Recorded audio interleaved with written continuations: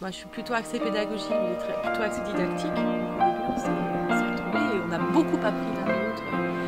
On va développer en fait un certain nombre d'organisations qui ressemblent à la classe inversée jusqu'à passer complètement au classe inversée. Bonjour Patrick Raillot. Bonjour. Tu es professeur émérite de sciences d'éducation à Paris 8 et tu viens d'intervenir lors de la CLIC 2016 à Diderot. Dans ta conclusion, tu poses le problème du dedans et du dehors de l'école comme étant fondamental. Est-ce que tu pourrais nous expliquer cela? Oui, je vais essayer.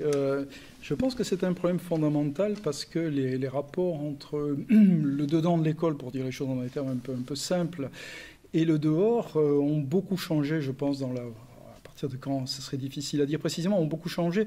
Il y a eu une période pendant laquelle l'école, quand elle était fondée, je parle de l'école de la République, voilà, quand il y avait l'école primaire juste à côté de l'église, en face de la mairie, on voyait bien qu'il y avait à la fois des partages de territoire et des manières de montrer qu'on était là et qui on était. Donc cette école, elle était fermée sur elle-même pour protéger les futurs petits citoyens, les laisser se développer à l'abri des influences éventuellement néfastes de la société environnante. C'est une espèce de pépinière. Et les buts premiers, parce que ça bougeait après de l'école publique, c'était de former de futurs citoyens. Voilà.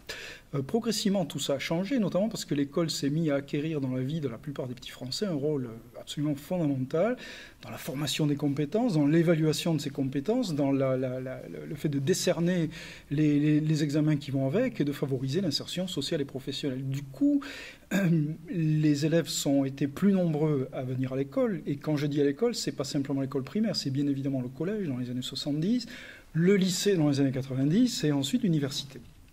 Donc ces phénomènes-là ont fait que l'école a été obligée de fait de s'ouvrir à des élèves qu'elle ne connaissait pas jusque-là, parce c'était un peu aussi des territoires de chasse gardée de certaines catégories sociales. Et donc en s'ouvrant, elles ont ouvert les portes en même temps que l'école envahissait, si je puis dire, la société du fait de l'importance qu'elle a créée. Donc il y a eu ce double mouvement que dans notre jargon on dit de porosité de l'école, qui fait que les choses sont devenues plus compliquées. Elles sont devenues plus compliquées parce que jusqu'à cette époque-là, qu'on peut dater sans doute jusqu'aux années 60, il y avait des manières d'être à l'école qui étaient des manières d'être strictement à l'école, avec une blouse, avec des plumes sergent-major qu'on n'utilisait qu'à l'école, avec des manuels qui n'existaient qu'à l'école, avec des objets qui n'entraient pas dans l'école. Aujourd'hui, les élèves, on ne sait pas s'ils peuvent rentrer avec leur casquette, s'ils peuvent rentrer avec des signes distinctifs. L'école n'était pas mixte. On a fait rentrer la mixité, on a fait rentrer d'autres types de rapports entre élèves. Et donc, avec son ancienne constitution, elle a du mal à régler ces rapports. Alors, pour ce qui nous intéresse précisément, sur la question du travail des élèves, une des difficultés qui se pose, c'est que la façon de travailler à l'école n'est pas exactement la façon de travailler à l'extérieur de l'école. Que du coup, et l'extérieur de l'école s'entend également la famille. L'extérieur de l'école, ça comprend essentiellement pour les élèves la famille, mais aussi la cité dans laquelle ils vivent et aussi les copains avec lesquels ils vivent. Donc ils sont dans un monde à expériences multiples et il faut qu'ils arrivent à comprendre que ce qu'on demande d'eux à l'école, ça peut en appeler à leur expérience, mais ça ne peut pas en appeler à leur expérience de manière brute. Il faut le retravailler à la mode scolaire. Et ce qu'on sait, c'est que tous les élèves ne sont pas égaux dans leur socialisation première pour être capables d'opérer ce mouvement. Voilà pourquoi le fait qu'il y ait cette double communication qui à la fois rend les choses plus fluides, les rend aussi plus compliquées parce que c'est plus invisible. On a du mal à savoir pourquoi un élève comprend ou ne comprend pas. On a du mal à rapporter ses difficultés, au contraire ses succès, au type de rapport qu'il est capable d'instruire entre le monde, la vraie vie, pour parler comme les élèves parfois, et le monde scolaire dans lequel il vit. Donc cette question des deux mondes, elle est lourde, elle est complexe, et je trouve que la question de la classe inversée, elle arrive pile poil, je dirais, pour poser ces questions-là de manière assez importante. Mais la façon dont elle le pose, certains la résument travail à la maison, travail en classe, travail dans l'école. Quand on remonte un petit peu dans l'histoire de l'école, on sait quand même que le travail à la maison se réglait bien souvent au début de l'école, à l'école. Oui. Ça, c'est aussi une des caractéristiques de l'école relativement récente, ce que dans mon jargon, j'appelle l'externalisation du travail. C'est que le travail, je ne sais pas comment il faut l'appeler, vif, en tout cas autonome des élèves, qui est fondamental aujourd'hui dans les modes d'acquisition qui sont celles de l'école. On ne pourra plus revenir en arrière. Il n'y aura pas d'école de robots, c'est impensable. Les élèves doivent être autonomes, créatifs, etc. Mais la question qui se pose est de savoir où ils acquièrent cette autonomie. Est-ce qu'ils l'acquièrent tous de la même manière? Et que du coup, le fait de reléguer à l'extérieur de l'école les moments et les lieux souvent dans lesquels il doit travailler de façon autonome est problématique. Et ça, je trouve qu'on ne sait pas bien régler ce passage de l'un à l'autre. Alors, parlons de la classe inversée. Votre point de vue, le moins qu'on puisse dire, est prudent. Oui. Pourtant, vous êtes admiratif. Moi, je vous ai senti très admiratif par 2 fois, d'ailleurs, vous l'avez dit dans vos propos, oui, devant la mobilisation de ces enseignants, dont le nombre s'accroît d'ailleurs, oui, et qui s'engagent, semble-t-il, fortement. Oui, alors ma prudence, elle est une prudence, je dirais, un peu constitutive. C'est qu'il faut se méfier des panacées. Et quand on voit qu'un phénomène est en vogue, à la fois, il ne faut pas doucher l'enthousiasme de ceux qui le portent, mais il faut les mettre en garde. Quand on a un peu de bouteille, si je puis employer cette expression, soi-même dans le système éducatif, on voit bien qu'il y a eu des modes qui se sont effondrés comme des soufflets, une fois refroidis. D'autant que cette mode est portée souvent par un aspect numérique technologique qui peut faire illusion. On aurait envie de régler les problèmes de l'école avec des technologies. Les technologies sont des supports pour régler les problèmes, mais ne peuvent jamais être les moyens définitifs de régler les problèmes. Donc, le risque, de mon point de vue, avec la classe inversée, serait d'avoir un mouvement de balancier qui consisterait à dire, jusque-là, on faisait les devoirs à la maison, maintenant on va les faire à l'école, jusque-là, on apprenait les leçons à l'école, on va les apprendre à la maison. Mais, et je n'ai pas trop développé ça dans la conférence, j'aurais dû, on peut se demander comment un élève qui manque déjà d'autonomie pour comprendre la leçon et se l'approprier en classe, va arriver à le faire seul à la maison s'il est dans des environnements qui ne sont pas favorables, et environnements pouvant s'entendre par les conditions matérielles basiques, mais ce n'est pas le plus grave. L'environnement, c'est la nourriture intellectuelle qu'il peut recevoir, et le fait qu'il peut y avoir des expériences concurrentes de l'expérience scolaire, voire des façons de comprendre le monde scolaire de la part des parents qui sont erronées par rapport aux vraies attentes de l'école. Et vous le dites, mais pourtant vous le dites vous-même, il ne saurait y avoir et dans le propos d'ailleurs des adeptes, pour utiliser un discours un petit peu particulier, il n'y aurait pas une classe inversée, il y aurait des formes de classe inversée qui laissent supposer qu'effectivement l'ensemble de la problématique des apprentissages est au moins appréhendée sous des angles multiples. Voilà, moi c'est ce qui m'a bien plu et je dirais d'une certaine manière rassuré dans la conférence que j'ai entendue hier et les ateliers auxquels j'ai participé, c'est que la pluralisation de la classe inversée, le fait de dire qu'il y a plusieurs classes inversées, oui en effet ça ne fait plus apparaître comme une sorte de remède universel, cette espèce d'aller-retour du genre, comme on a tout essayé, on va essayer l'autre extrême, ce qui est parfois un raisonnement qui prévaut, y compris dans d'autres sphères. Je trouve que c'est toujours des possibilités de dérapage. En revanche, la question de l'interne et de l'externe que pose la classe inversée, et notamment dans sa dimension plurielle, je pense qu'elle est fondamentale et que les acteurs qui se lancent là-dedans, pour peu qu'ils ne se laissent pas un peu griser, hypnotiser, à la fois par la solution un peu simple d'inverser strictement sur le modèle que j'appelle du balancier, ou de céder aux sirènes plus ou moins numérisées, c'est une porte ouverte à de la vraie problématisation de ce qu'il faut faire dans le métier pour faire réussir les élèves. Quand on entend les questions que vous ont posées, il y en a eu très peu puisqu'on les a arrêtées, sinon il y en aurait eu davantage. Quand on entend les questions qui ont été posées par les enseignants présents dans la salle, il y en a une, moi, qui a retenu mon attention, mais qui, je pense, a retenu votre attention, puisqu'en fait, vous sembliez dire que vous n'aviez pas de réponse, et votre réponse a été particulièrement longue. C'est la question concernant l'entrée éventuelle des réseaux sociaux dans la classe, dans l'école et dans la classe. C'est bien quand même une interférence entre la société numérique dans laquelle baignent les élèves, donc du dehors de l'école, de l'extérieur de l'école, et la réalité du fonctionnement de l'intérieur de l'école. Oui. Et je crois que la grande difficulté, c'est précisément la mission première des enseignants, c'est d'être capable de transformer en objets scolaires des objets qui sont des objets du monde extérieur, avec ce qu'il peut avoir de captatif, de démesurément séduisant, etc., etc.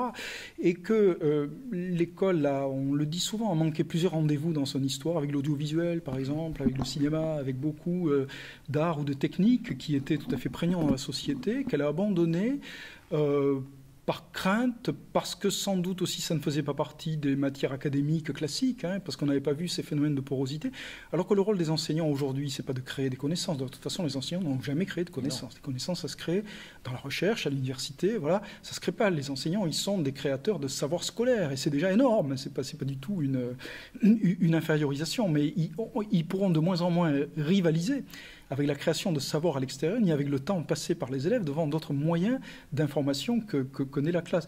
Et donc là, je dirais comme avant, mais sans doute encore plus qu'avant, leur mission, c'est d'être capable de scolariser ces objets. et de toujours instiller l'esprit critique. C'est la dent d'or de Fontenelle, allons voir, on nous parle d'une dent d'or, allons voir si c'est vraiment de l'or.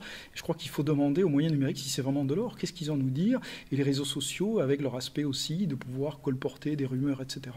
C'est des moyens précieux pour les démonter et être capable de faire une œuvre critique et réflexive. Vous sembliez dire que le métier d'enseignant est malade. Comment soigner le métier? Oui, je pense que d'habitude on dit que les enseignants sont malades. Il y a des bouquins qui paraissent sur les enseignants, la souffrance au travail, etc. Et je crois que c'est vrai. Beaucoup d'enseignants sont en souffrance, non pas parce qu'ils sont plus psychotiques que d'autres, bien évidemment, mais parce qu'ils souffrent de ne pas pouvoir faire ce dont ils ont la mission ce qu'ils ont la mission de faire, hein, et que par sérieux même, par imprégnation de leur rôle, ils se reprochent de ne pas arriver aux résultats qu'ils doivent atteindre, qui sont des résultats compliqués. Amener toute une génération à un certain niveau, être capable d'individualiser, former le citoyen, former à l'éco-citoyenneté, faire des formations transversales, des éducations. Ça veut dire que la panoplie aujourd'hui de l'enseignant, elle est singulièrement plus riche et plus foisonnante que ce qu'elle était il y a 30 ou 40 ou 50 ans. Donc ils souffrent de ça. Ils souffrent d'une hétérogénéité d'élèves qui leur empêche d'enseigner à un niveau unique, et que le modèle de formation qu'ils ont eu dans la grande leçon de concours n'est évidemment pas fait pour s'adresser à des élèves différents. Donc ils souffrent de cette chose-là. Mais alors, on peut les soigner individuellement, bien sûr, mais ça c'est évidemment de l'ordre des emplâtres. Ce qu'il faut, je reprends cette formule à Yves Clos, c'est soigner le métier, c'est-à-dire faire en sorte que le métier puisse accoucher de lui-même des manières de faire qui soient à la hauteur des demandes d'aujourd'hui. Et ça, il n'y a que des professionnels qui peuvent le fabriquer. Je crois qu'il faut leur faire confiance en leur donnant les conditions de faire de la controverse professionnelle entre eux, de filtrer ça et de ne pas attendre des injonctions ou des clés d'interprétation locale. Cette controverse professionnelle, il faut qu'il la fasse localement, mais il faut aussi qu'elle soit médiée. Parce que le risque, c'est aussi de faire des formations en établissement qui ne soient que des formations d'établissement, avec des savoirs locaux qui sont peut-être éminemment suspects, soupçonnables. Et là, il faut organiser des rencontres avec l'ESP, avec l'université, avec d'autres formateurs, de manière à les mettre à l'épreuve, à créer du transpersonnel, comme le dit Yves Clos dans cette expression que je trouve très belle, parce qu'il faut du personnel, il faut de l'impersonnel de la prescription, il faut aussi du transpersonnel dans lequel on va frotter les expériences les unes contre les autres. Et les enseignants ne sont pas plus stupides que d'autres. Ils vont bien voir dans les solutions qu'on leur propose celles qu'ils ont intérêt à adopter, ou en tout cas à s'approprier. Vous êtes enseignant-chercheur? Oui. La recherche ne peut qu'apporter des éléments, je dirais, constructifs au travail des enseignants qui expérimentent la classe inversée. Comment voyez-vous ce travail de recherche? Est-ce que vous ne pensez pas qu'il doit être extrêmement proche des pratiques des enseignants, donc en contact avec ces praticiens de la classe inversée, pour justement en avoir une lecture et faire des apports, comment dirais-je, à ces enseignants pour leur permettre d'avancer? Oui, moi je crois qu'on peut s'inspirer un peu de ce qu'on appelle les modèles de recherche-développement. C'est-à-dire que dans recherche-action. Voilà, je préfère recherche collaborative, parce que recherche-action, ça a toujours un côté un peu de discrédit. C'est vrai. Parce que ce n'est pas la recherche qui va agir, elle va donner des éléments pour agir. Après, c'est les praticiens qui agissent. Je ne crée rien tant qu'une substitution des chercheurs aux praticiens. Je crois qu'il ne faut pas se transformer en gourou, il faut rester à notre place, qui me paraît tout à fait importante, qui est de poser les problèmes aux gens, poser des questions. Et les aider à poser des questions d'une manière qui nous paraît un peu plus correcte, parce qu'on a un peu plus on a lu davantage, on a confronté, voilà, il y a un empan de connaissances qui n'est pas le même. Mais dans la recherche-développement, si j'ai bien compris, dans le monde de la technique, il y a parfois des verrous technologiques. On dit, on ne sait pas, voilà, les praticiens qui sont là, ils ne savent pas. Et donc, qu'est-ce qu'ils font? Ils vont s'adresser à des chercheurs. Mais les chercheurs ne savent pas forcément. Il faut qu'il y ait un travail de rapprochement dans lequel on va échanger des données, on va dire dans quels termes ça se pose. Et les chercheurs vont être obligés de reproblématiser en termes de pratique des choses qu'ils avaient problématisées en termes de recherche. De la même manière que les praticiens vont être obligés de faire un pas de reproblématisation en termes de recherche de choses qui étaient dans leur pratique. Et c'est ce travail qu'on a beaucoup de mal à construire parce qu'on n'y est pas habitué, parce qu'il y a des obstacles institutionnels. Mais je ne vois pas comment on peut s'en sortir sinon qu'on va avoir des conférences y compris comme celle que je viens de faire, dans laquelle on peut déverser des choses sur des gens qui vont peut-être être ennuyés dans l'instant ou émerveillés, selon le cas, et qui 15 jours après diront « mais qu'est-ce que je fais de ça ?» C'est un travail sur la durée, c'est un travail collaboratif. Voilà pourquoi l'idée de recherche collaborative me paraît intéressante. Aider les gens à construire des indicateurs de leur activité, par exemple, ça me paraît tout à fait intéressant. Aider des gens à construire un observatoire des devoirs avec les parents, sur la fréquence, la durée, la nature, les difficultés qu'on a rencontrées, pour renvoyer ça aux classes et aux prescripteurs. Ça devrait être des choses à peu près banales, elles ne le sont pas du tout.